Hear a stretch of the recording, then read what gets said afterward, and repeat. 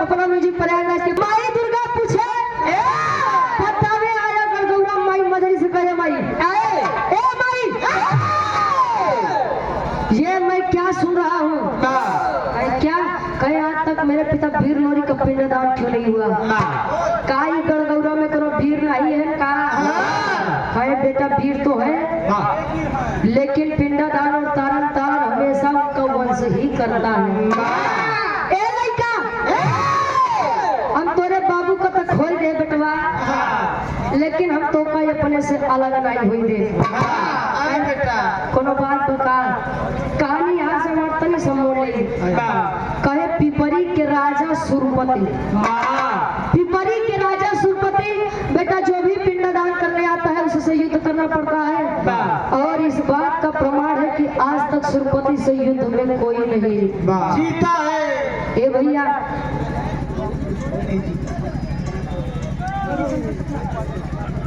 गौरी शंकर शुक्ला जी एक माई मजरी जब तनी बतिया बताए तो भाई 21 वर्षीय बालक भोरे गुस्से में खड़ा हो गया ए माई तो कहीं अपने पैदाइश पे शक बका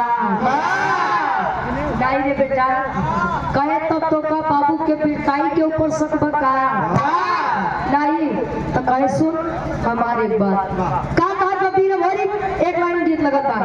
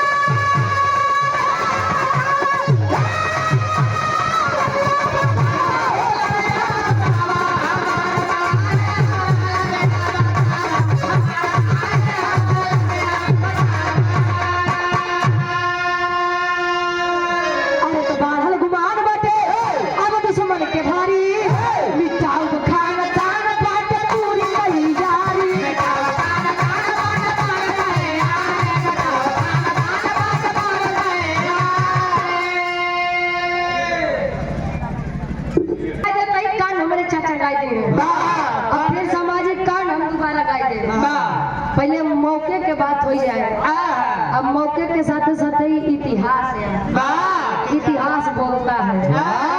ए भैया आवत नहीं से कहानी समझ में आवत है ना समझबा तो समझ में आई देखा हमारे चाचा कहबो बहन के देखा कलाकार बढ़िया नहीं होते सुने वाले बढ़िया होते हैं अगर सुनबा तो आशा नहीं पूर्ण विश्वास पर कहानी जाई अंदर तक एक साथ तो काम करबो तो झंडू बाम हो जाता नहीं आर कराबो ना बाहर कराबो ठंडी में सब ध्यान लगल राजेश यादव जी आशीर्वाद तिलक कई प्रकार का होता है एक तिलक और कोई रोज पूजा पाठ करने के बाद लगा लेता है इसे हमारे गुरु जी लगाई है।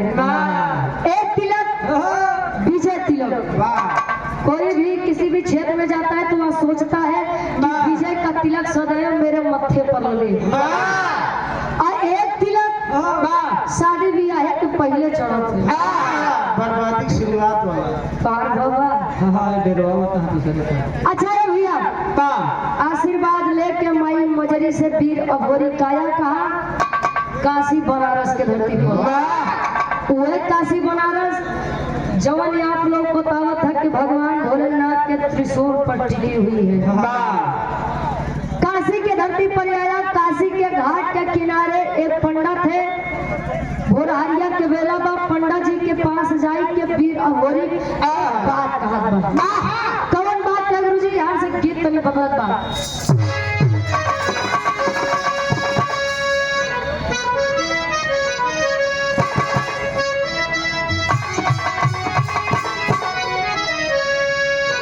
दुल्ही के गौना के दिन जब पड़ा तो सखी सहेली से बतावत बा। पहले के समय में जब गौना के दिन पड़े तो भैया मेहरारू बेचारी डराई कि हमका सास ससुर कैसे मिली है, आपका दुल्हा कैसे मिली। और आज के समय में तो लोग डरात है कि पता नहीं, सास ससुर डराते कि हमका पता हो कैसे मिली। और सास ससुर से ज्यादा तो भैया लोग डराते हैं कि हमका मेहरारू कैसे मिली। पता नहीं महीना दो महीना जिए थे। ए भैया तू भैया कहा को अपने सखी सहेली से कहा कहे कोई नहीं।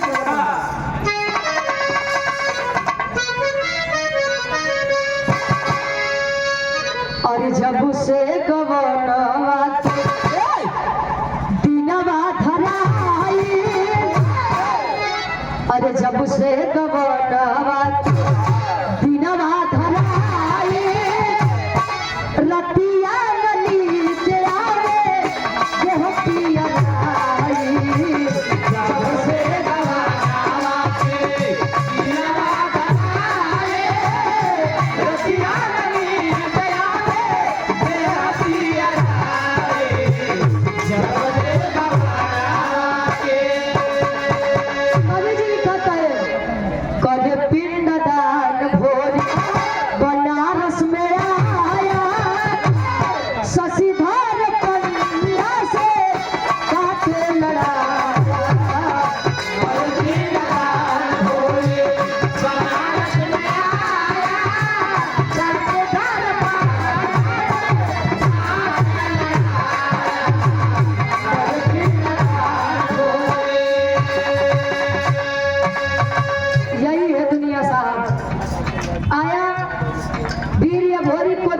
पंडे का नाम शशिधर पंडा बताया गया। शशिधर पंडा आया, वीर अघोरी को देखा तो पूछ रहा है बेटा इतनी सुबह सुबह कहाँ? कहे बाबा मैं गढ़ गौरा से आया हूँ, मेरे पिता का नाम वीर लोरी। वीर लोरी का नाम जब वो शशिधर पंडा सुना था एक बार बड़ी तारीफ करे। वाह बेटा वाह,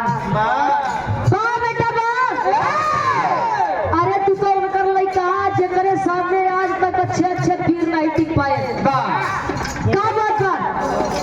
वीर अघोरी कहे बाबा मेरे पिता वीर लोरी का भी संसार में नहीं रहे। कहे हो तो बड़ी दुख की बात है बेटा। तब कोई खास कारण? कहे हाँ मैं अपने पिताजी का पिंडदान करने के लिए यहाँ पर आया हूँ। इतनी बतिया जब सुना शशिधर पंडा पीछे हो गया।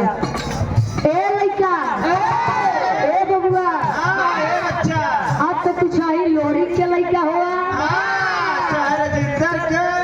अच्छा ही के हो उड़ के। सुबह का पहला पिंडदान बेटा मैं नहीं करा सकता। क्यों? कहे पे जाई दे तो खेले खाए के उम्र में बेटा निकल जाओ। कहे नहीं मुझे बताइए क्या बात है। तब शशिधर पंडा ये बात बतावे। क्या बतावे?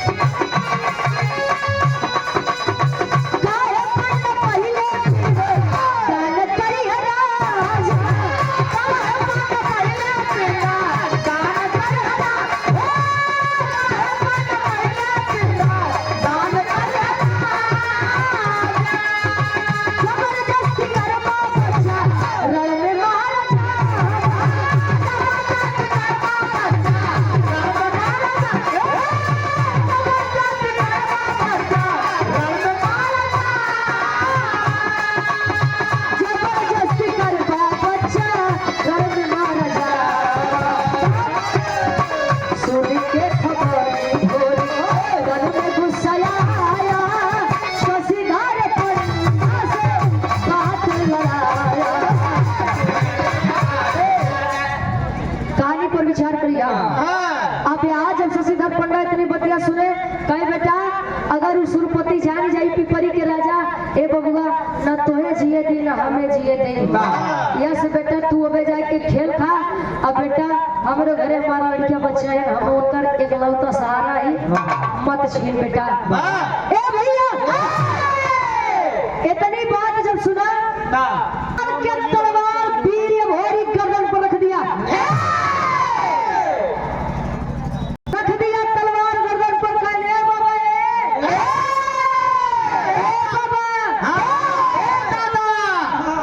रण से भागना ये मेरे खून में नहीं है, या तो ये मारा या तुम्हारा, लेकिन बिना पिंडदान करवाए हम जागना।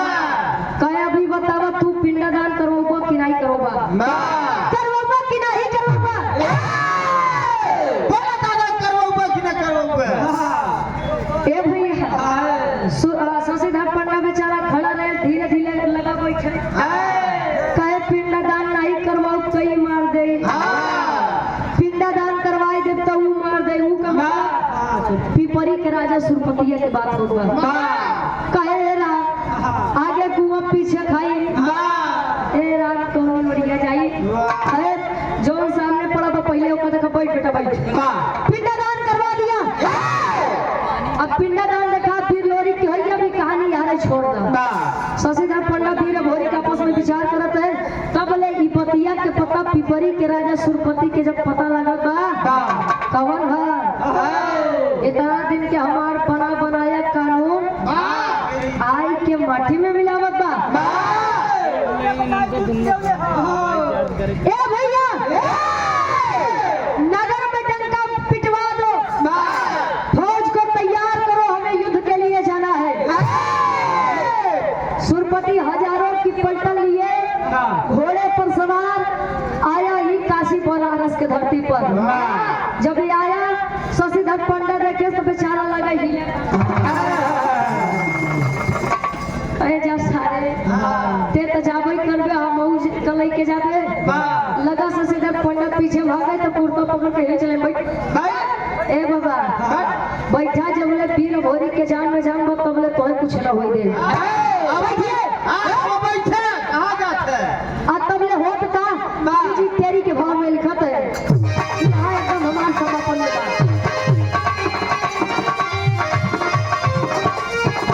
अरे राम जवानी जंगी जूझे जमके, अरे जवानी जंगी जूझे जमके, तलोरी को पूती या भोरी कहे मिटाओ हमसे हमसे।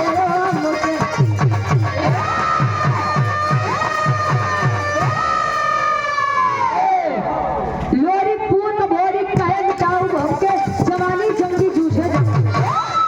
हम का मतलब आवाज सारी रात कोई नहीं छोड़ो। 200-400 कुकुरन कलई के बड़का वीर बनत है। आज तो तोहार सही से पाला पड़ा भाई मर्द से। ध्यान देंगे ये भैया, एक तरफ हजारों की फौज लिए सुरपति पिपरी का राजा खड़ा है और एक तरफ गढ़गौरा के वीर लोरी के लड़का अभोरी 21 वर्षीय वाला खड़ा है। अकरत का हमने बिरहा के आखिरी गीत लगत बा।